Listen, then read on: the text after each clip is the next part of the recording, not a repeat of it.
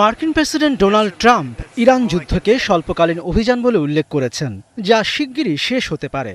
আবার তিনি এও বলেছেন, ইরান যতক্ষণ পর্যন্ত যুক্তরাষ্ট্র, ইসরায়েল বা অন্য কোনো মিত্রের বিরুদ্ধে ব্যবহারযোগ্য অস্ত্র তৈরির সক্ষমতা না হারাবে, ততক্ষণ এই যুদ্ধ শেষ হবে না। তাহলে এই পরিস্থিতি কোথায় গিয়ে দাঁড়াবে? মার্কিন সরকারের বিভিন্ন পর্যায়ের বিশেষজ্ঞদের নিয়ে সম্ভাব্য সমাপ্তির 3টি দৃশ্যপট বা মডেল তৈরি করেছে মার্কিন সংবাদ মাধ্যম CNN। সবচেয়ে সম্ভাব্য দৃশ্যপট ইরানকে কোণঠাসা করা। এই দৃশ্যপটে মার্কিন প্রেসিডেন্ট ট্রাম্প তার সেনাবাহিনীকে ইরানের শক্তি প্রদর্শন বা প্রভাব বিস্তারের সক্ষমতা দুর্বল করার মিশন সম্পন্ন করতে প্রয়োজনীয় সময় দেবেন। এর মানে দাঁড়ায়, যুক্তরাষ্ট্র তার মিত্র ও অংশীদারদের সঙ্গে মিলে যুদ্ধের অর্থনৈতিক ধাক্কাগুলো যথেষ্ট পরিমাণে সামলে রাখতে পারবে।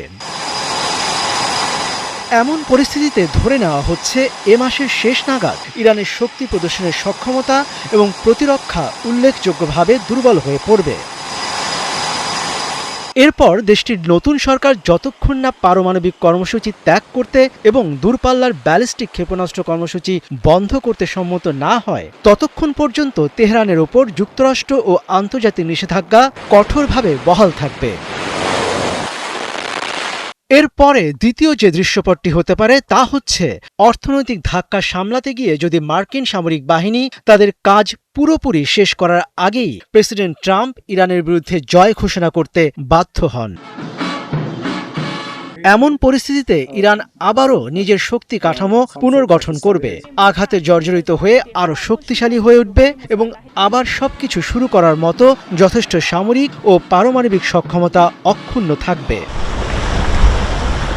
3 নম্বর দৃশ্যপট হতে পারে, ইরানের উপর সামরিক চাপ অব্যাহত রেখে দেশটির নিরাপত্তা কাঠামোয় আঘাত হানা, সরকারকে দুর্বল করে দেওয়া, দেশটির বিরোধীদের মনোবল বাড়ানো, যাতে তারা রাস্তায় নেমে বিক্ষোভের মাধ্যমে বর্তমান ইসলামী প্রজাতন্ত্রকে ক্ষমতা থেকে উৎখাতের দাবি তোলে। ইতিহাসে এর আগেও দেখা গেছে, সাধারণত বাইরে থেকে সামরিক চাপে কোনো দেশের শাসন ব্যবস্থার দ্রুত পতন সম্ভব হয় না, যদি না অভ্যন্তরীণভাবে বিরোধীদের সংগঠিত ও সশস্ত্র প্রতিরোধ গড়ে না ওঠে। মনিরুজ্জামান বাবু, ৭১।